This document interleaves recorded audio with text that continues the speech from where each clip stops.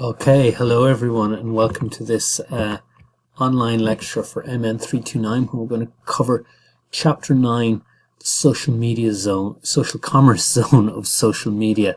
Because this is kind of appropriate because on Friday, the day that this lecture was supposed to take place on, is Black Friday, which is the big online e-commerce, social commerce day of the year now, when it's the first Friday after Thanksgiving in the United States, and you get a huge number of people suddenly realize that they have to start their Christmas shopping. So, you're going to see an awful lot in the media this week around social commerce and e-commerce. And what we're going to do today is we're going to talk about how social commerce actually works. So it's important to remember that this lecture is examinable. It is part of your course, so it will come up on the MCQ, and it may also want to reflect on the content of it before you finalize your project as well. The blogs are due on Friday, this Friday, so make sure you get those in as well. If you have any questions about the content today, you can tweet me, or you can use the social media aspects of Moodle. The class discussion board is a useful place to ask questions because it means everybody gets the advantage of it. Now, if you're wondering why my eyes are going up and down a little bit, sometimes it's the fact that I'm using two screens, one with my notes on it and one with the presentations that I'm recording, and every now and again I'm looking up away from the camera. So that explains that. Okay, so just another note before we get started is it's really important that MAP students contact me if they have any requirements for the MCQ. There is information in the system, but I don't have access to it for data protection reasons. So if you need a separate venue, or you're entitled to extra time because you're registered with MAPS, to drop me an email and I'll arrange that. It's also important, if anybody is for very extenuating personal reasons going to miss the MCQ, that they get in a personal circumstances form in advance. If you don't have a personal circumstances form in advance, you will not be able to sit it unless you have a medical certificate for the day. Okay, so the topic we want to talk about today over the next 4 or 5, 6, 15-minute slots is the idea of social commerce. So what we're interested in is the relationship between social commerce and e-commerce, how mobile devices and software applications are actually influencing the development of social commerce. We're also going to talk about quite a bit about ratings and reviews for online consumers and e-tailers, the importance of them. And we're going to talk about the decision-making process for customers. So we're going to identify a 5-stage process that shoppers go through, and we're going to talk about it. And then we're going to finish up by talking about the psychology behind social commerce and how we make decisions and the sort of biases that we have. Okay, so it's really important to remember that shopping is fundamentally a social activity. So the idea is that apparently for people who enjoy shopping, which apparently is quite a few people, what's really important to remember is the idea that by doing it with other people, it's even better. But it's not always practical to do it with other people in person, so we can incorporate some of the social aspects of shopping into e-commerce and make it a more pleasurable, more enjoyable, more satisfying experience for people. So the idea is that we can, have purchase pals. They can either be real or virtual. But if we don't have purchase pals in real life, we want to talk to shop assistants or other people. So quite often, when people are shopping, they'll ask another shopper or the shop assistant whether something suits.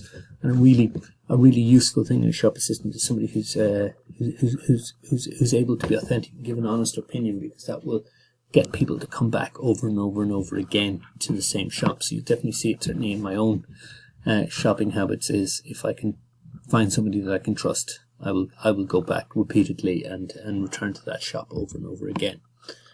So, it's this idea is that by shopping with somebody else, it actually strengthens the relationships, but it also reduces the risks associated with shopping. So it's a real, nervous thing when we're buying something, is that we'll end up with something that we don't really want, and things like clothes and whatever are very expensive sometimes. So we it's a risky process. And the idea is that if we do it with someone else, we reduce that risk, or we have somebody else to blame, maybe is the other way to look at it. So, a lot of times we'll see things like social commerce and e-commerce used interchangeably, but the reality is, there has to be a social media aspect to commerce before it's social commerce. Like, whereas you could have e-commerce could happen between two businesses. It could be an automatic transaction, between a supermarket and a warehouse saying, our stocks are low. We want, another 1,000 heads of lettuce or another 1,000,000 tins of beans. And that's not social commerce. That's just e-commerce. Whereas, once we actually introduce the idea of social media into e-commerce, we have social commerce. And that is the fourth zone of social media. So we've worked our way in this course so far. We've talked about social communities, we've talked about publishing. Last week we talked about entertainment and games, and this week, we're really interested in social communities, social commerce. So this is things like, Living Social, Groupon, TripAdvisor, Pavement, and all these other apps that have incorporated in a social aspect into the commerce. And so even Facebook itself has F-commerce now. So again, what we see is the blurring between the different zones. So, while we can actually have definitions that see them as absolute, what you'll see is the large social media platforms, these large horizontal platforms, will encompass all the zones of social media in some way or other. So as we said, social commerce is a subset of e-commerce, and social shopping is a situation where consumers interact with each other during a shopping event. So this idea that social shopping itself doesn't have to be an online activity, it can happen in a real shop, but what we're interested in, we're bringing social commerce and social media, is the idea is that that we can create a virtual interaction with other people during the shopping event, be that through a shopping buddy, a chatbot, ratings and reviews, or all sorts of different ways. So, as I said already, e-commerce is facilitating trading using computer networks. It doesn't even need to involve people. It could be an automated warehouse system. It could be ordering, replenishing stocks.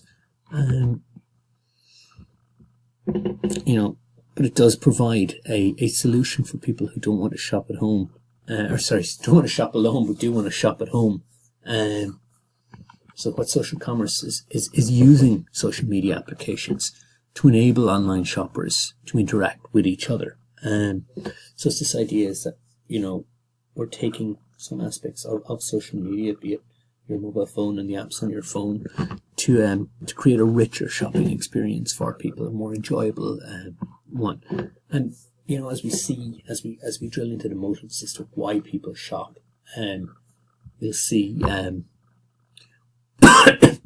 Excuse me. We'll learn a little bit more about why social media lends itself so well to the shopping experience. But we'll also talk a little bit towards the end around the negative aspects of this, because we are social creatures, humans. We need social interaction, and sometimes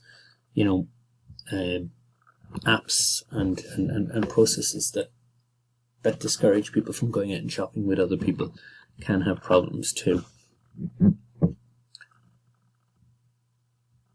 So what we're doing, what we're interested in here is how social media can facilitate getting other people to participate in the decision-making process. So basically, we're going to influence the opinions that people have through social media. Ideally, that would be to improve the experience for the person, so that they make better decisions, so that they buy things that are more suited to themselves.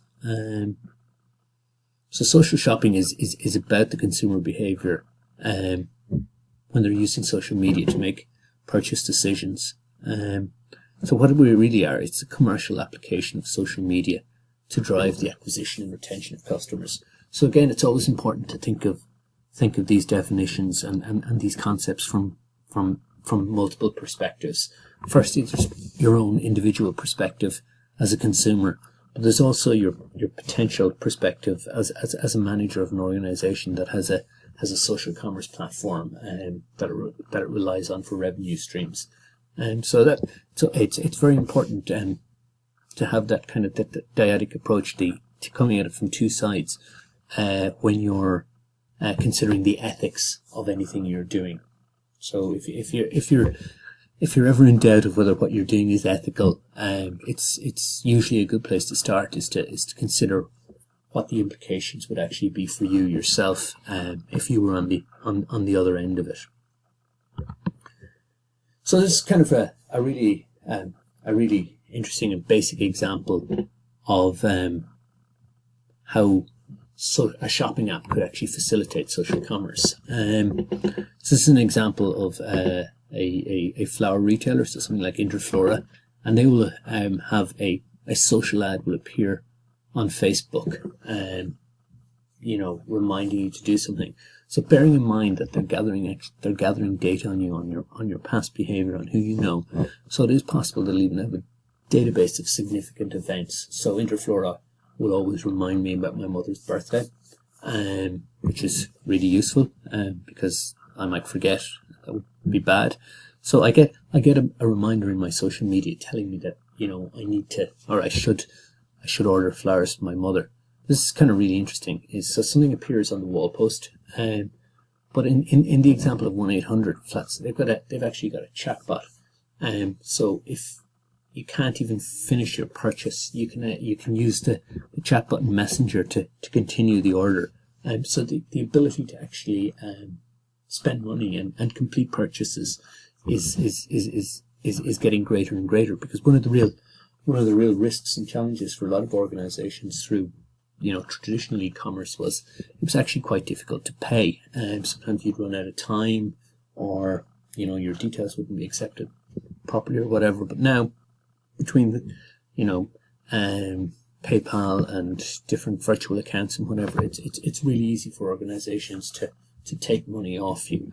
And what would have been really frustrating for organizations at the start of e-commerce was they would get so far down the purchasing route that we're going to discuss that you'd almost have the purchase secured, and then for some reason the person would run out of time, their computer would crash or something would happen, and the sale would be lost.